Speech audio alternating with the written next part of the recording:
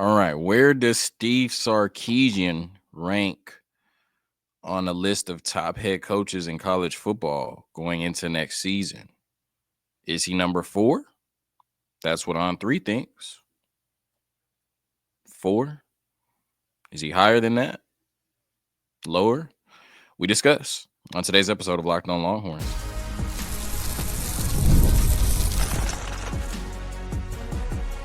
You are Locked On Longhorns, your daily podcast on the Texas Longhorns. Part of the Locked On Podcast Network, your team every day. Locked On Longhorns, the show. Jonathan Davis, your host. Today's episode of Locked On Longhorns brought to you by Game Time. It's brought to you by Game Time. Download the Game Time app, create an account, and use code Locked On College for $20 off your first purchase. On today's episode of Locked On Longhorns, we discuss the top 25 coaches list by On3. In the second segment, veteran leadership, right? Does this 2025 team have enough veteran leadership? And then in the last segment, I explain why I have not been on the SEC squad. Like 75% of my comments are asking me why I'm not on the SEC squad defending Texas on a weekly basis. So I explain why I'm not on there or why I haven't been on there every week. All of that and more on today's episode of Locked On Longhorns, part of the Locked On Podcast Network, your team every day.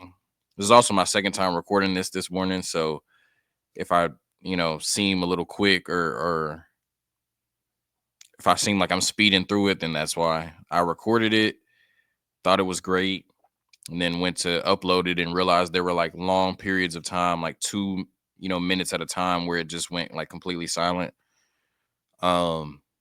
So obviously I couldn't put that out like that. So I'm recording again. So it's probably gonna be shorter than it was the first time, but it is what it is. So On3 put out the top 25 coaches list heading into next season. And looking at this, we got I'm gonna go through the whole list. Really what matters is the top 4 to 5 because Steve Sarkisian is at number 4, and I disagree with that, but I'll get into that.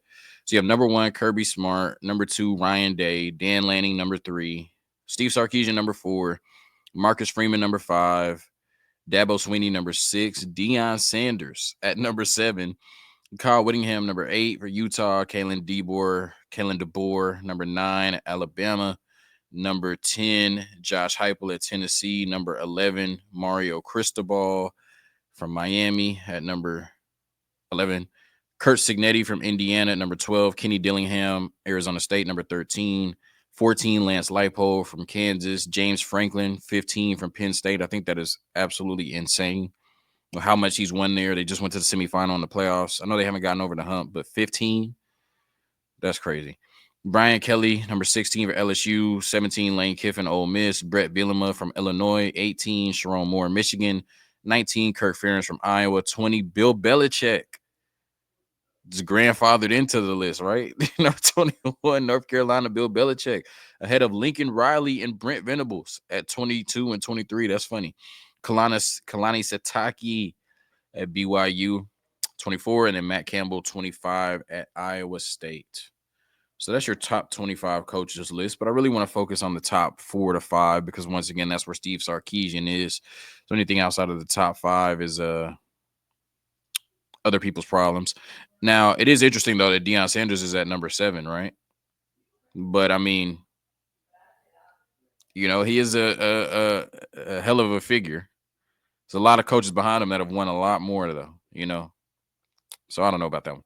But anyways, when you look at the top 25 coaches list, I hate to quibble too much over Steve Sarkisian being number 4 on the list, right? Out of 130 FBS programs. And when you look at it, their reasoning for Steve Sarkisian being number 4, it makes a lot of sense, right? It says, it may be easy to mock Sarkisian for that goal line toss Texas called late in the loss to Ohio State in the college football playoff semifinal.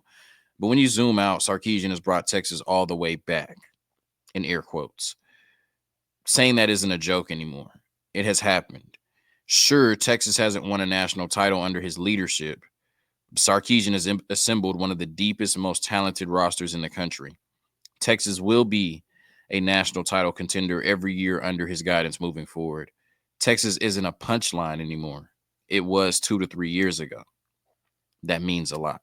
It does mean a lot.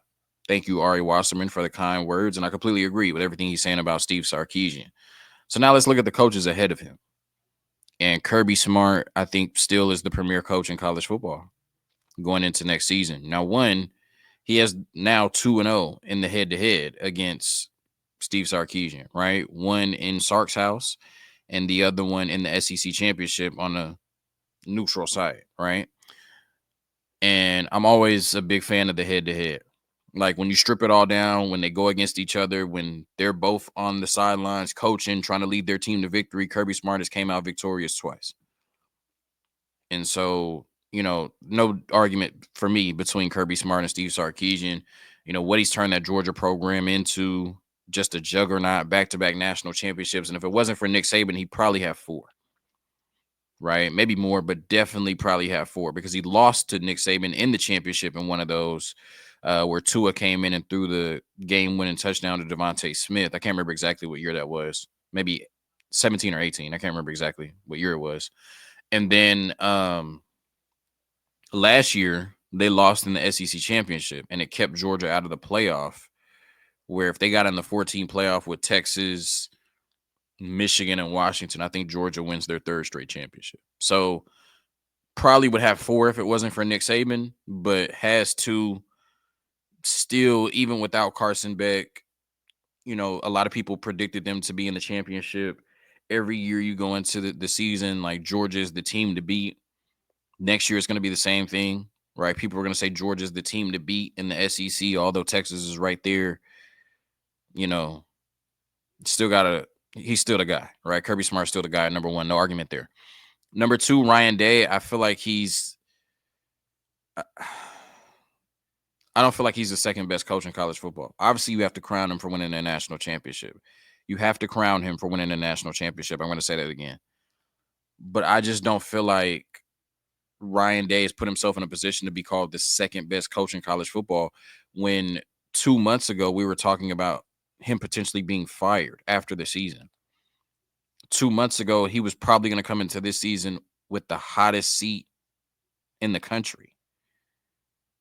And now he's the second best coach in college football because he hoisted a championship because they spent $20 million on their roster. When you look back at that roster, you're going to be like, damn, all those players played at Ohio State at the same time. Like, it was that good.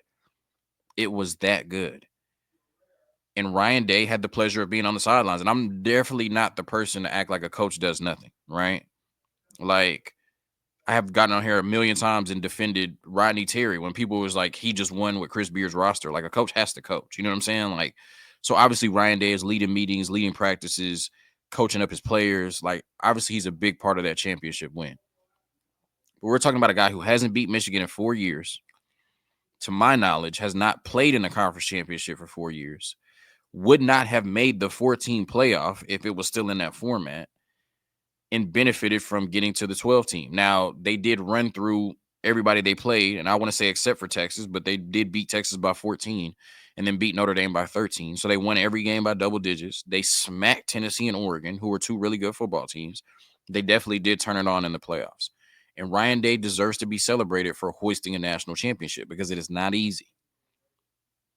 But when we're talking about a coach that was on the hot seat 2 months ago, when we're talking about a coach that was maybe on the verge of being fired 2 months ago, to say he's the second best coach in college football now because of a 4-game stretch, I think I don't agree with that.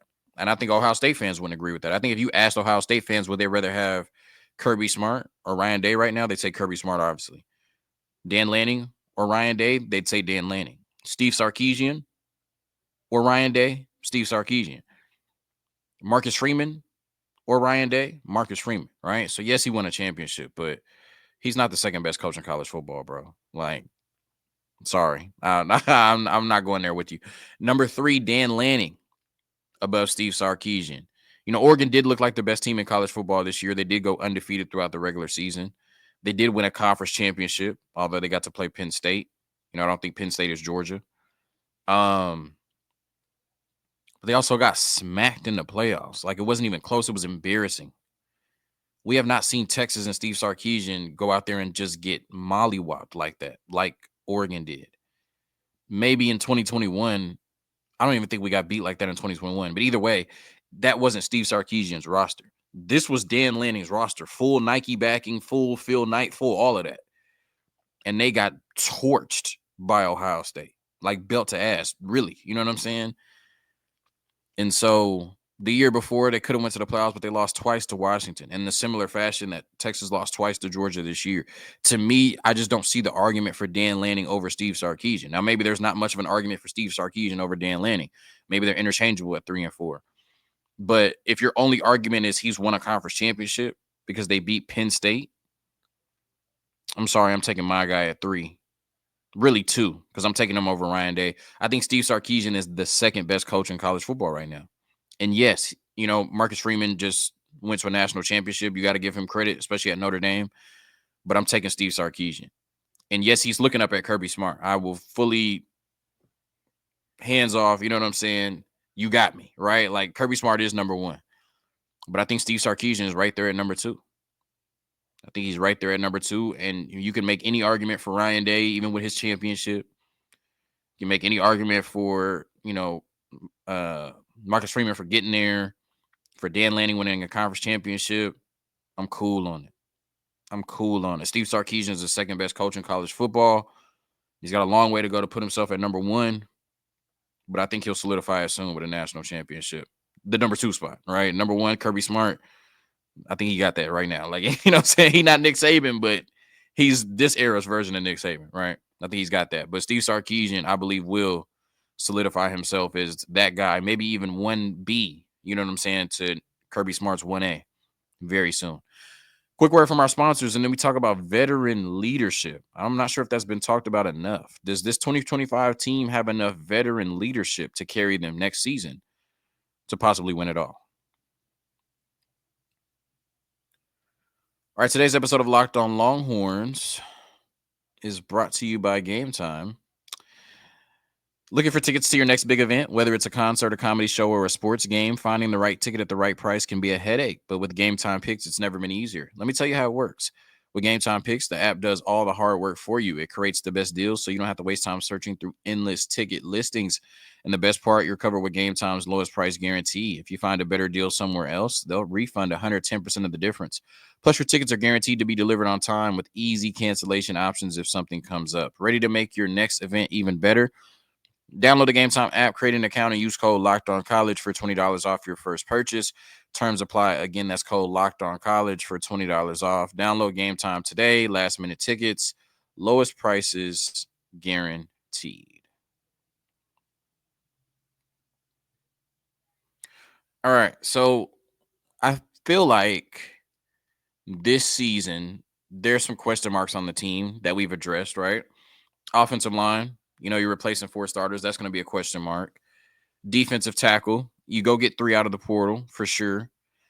But what is the quality? Are you going to have the same level of defensive tackle play you've had the last 3 years? Those are question marks. And there's some other question marks at other positions. But those are the ones we've mainly talked about.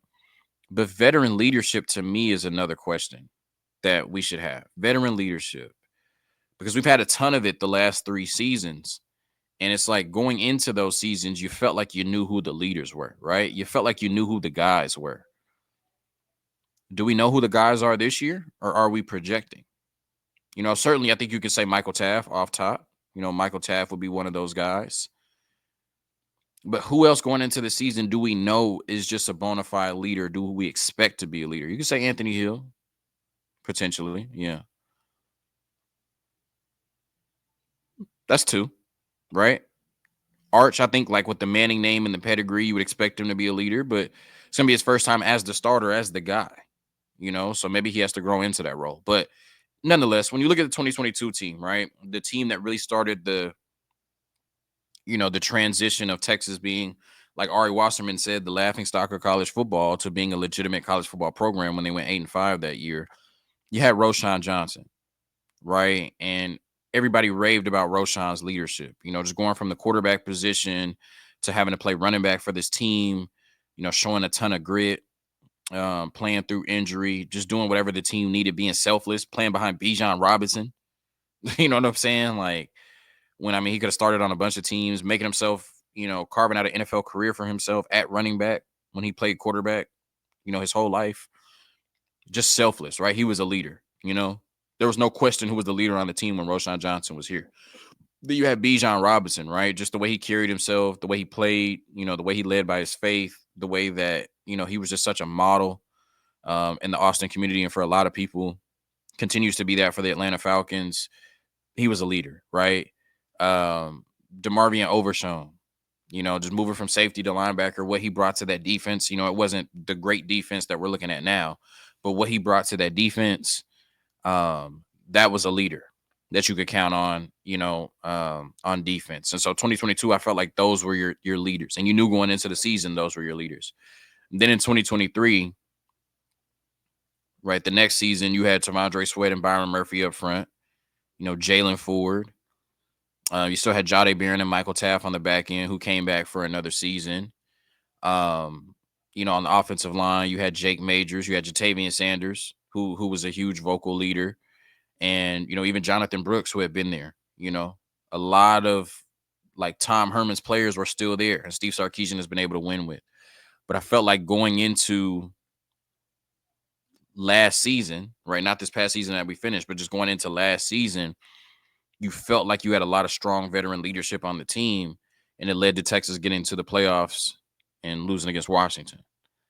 And then this year, you came into the season and you said, okay, Jade Barron and Michael Taft for sure in the secondary, right? You bring over a guy like Andrew Makuba, who, even though it's his first year at Texas, what he had been able to accomplish at Clemson the first 3 years, you know, a starter from his true freshman season, that's leadership.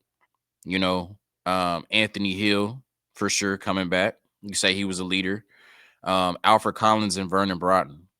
You know, I say this all the time. Vernon Broughton is married, right? Like just being married on a college football team, that's just leadership right there. Because it's like, you know, I'm not playing them young boy games that y'all was playing. You know what I'm saying? Like I lock mine up. So, you know, Alfred Collins and Vernon Broughton had been there a while, right? That's veteran leadership. Then you look on the offensive line, guys like Hayden Connor, Kelvin Banks, you know, Jake Majors. That's leadership. Quinn Ewers, 3 years as a starter, right? That's leadership. You know what I mean? You know, guys like Matthew Golden. So it felt like every year, the last 3 years, we've come into the season with abundance of leadership. But we've now lost a lot of that leadership to the NFL draft. And so this year, like I said, you're looking at guys like Michael Taft for sure. He should be a leader. DJ Campbell's coming back. You know, it'll be his third year starting. Can he step up and be a vocal leader? You're expecting Arch Manning to be that because of his last name, but it may take time to grow into that role. But I think he could be a leader. DeAndre Moore seems like the type of guy. I don't even know if I mentioned Jordan Whittington. I think I forgot to mention him. I mentioned it the first time I recorded, of course, but I don't think I mentioned him. But Jordan Whittington.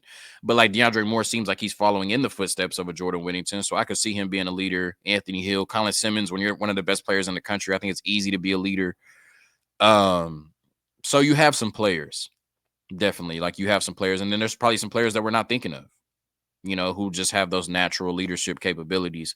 Nonetheless, that's something that Texas has had the last 3 years, has been a big part of their success, and it's something that Texas needs. I think that could be the difference between you know, winning a national championship and losing in the first round of the playoffs is having that type of leadership in the locker room, right? Having those type of guys that can police the locker room, self-motivate, self-lead, and get this team to being, you know, a championship level program. So that's going to be something that I'm going to be watching out for a lot this year, right? Because like I said, I felt like the last 3 years coming into the season, we knew who the leaders were.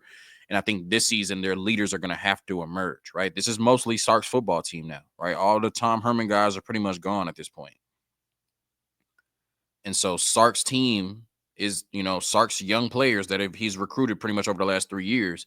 They're going to have to step up and be the leaders on this team. And who are those guys? Maybe it's Ethan Burke. You know what I'm saying? Like, but who are those guys that can step up and be the leaders for this 2025 team led by Arch Manning, who's vying for a national championship?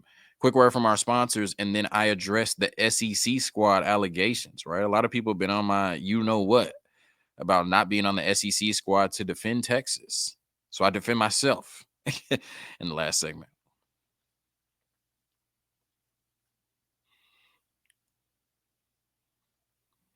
All right, y'all. All right, y'all. Like I said, I'm getting a lot of comments about why I haven't been on the SEC squad. They're commenting on my videos.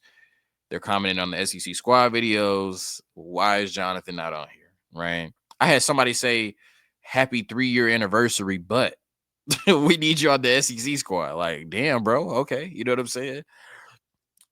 So here's my explanation. When I, and maybe I set like a standard that I couldn't live up to, I'm not sure. But throughout the season, my thought process was I need to get on the SEC squad every week.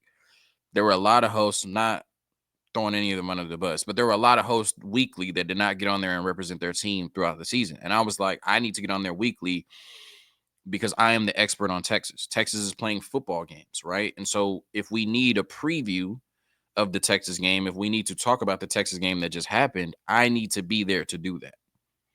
And so that's why I was on SEC squad every week.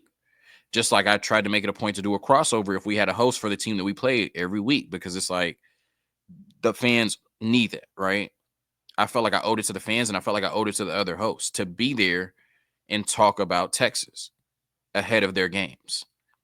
So then after the season, they said they wanted to continue the SEC squad. And I was like, well, what are they really going to talk about, right? They could talk about basketball, but Texas fans aren't just super giddy about basketball right now.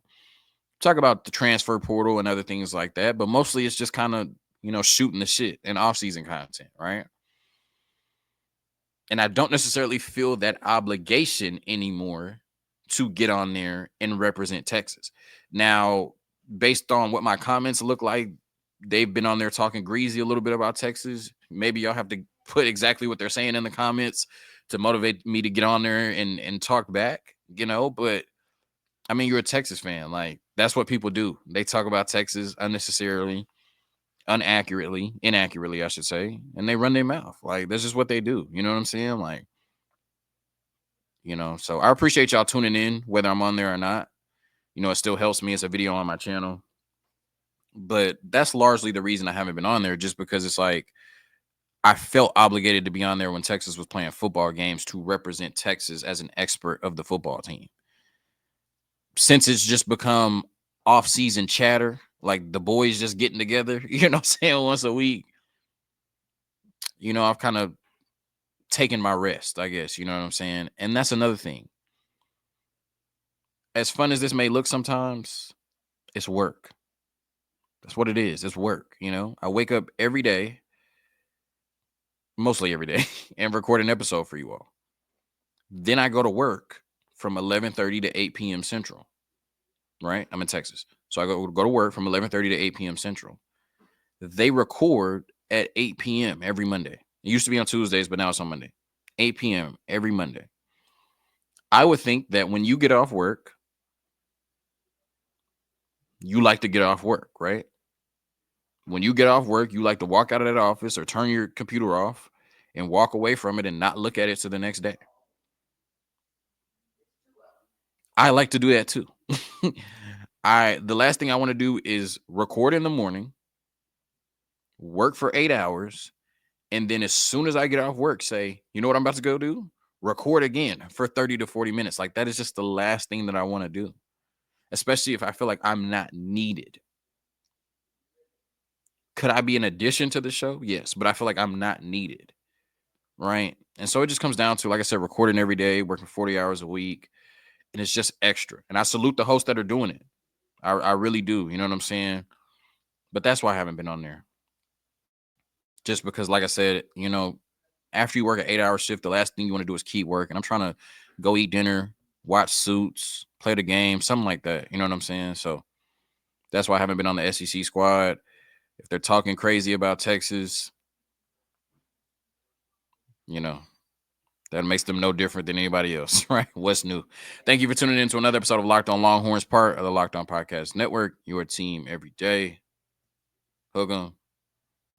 Peace.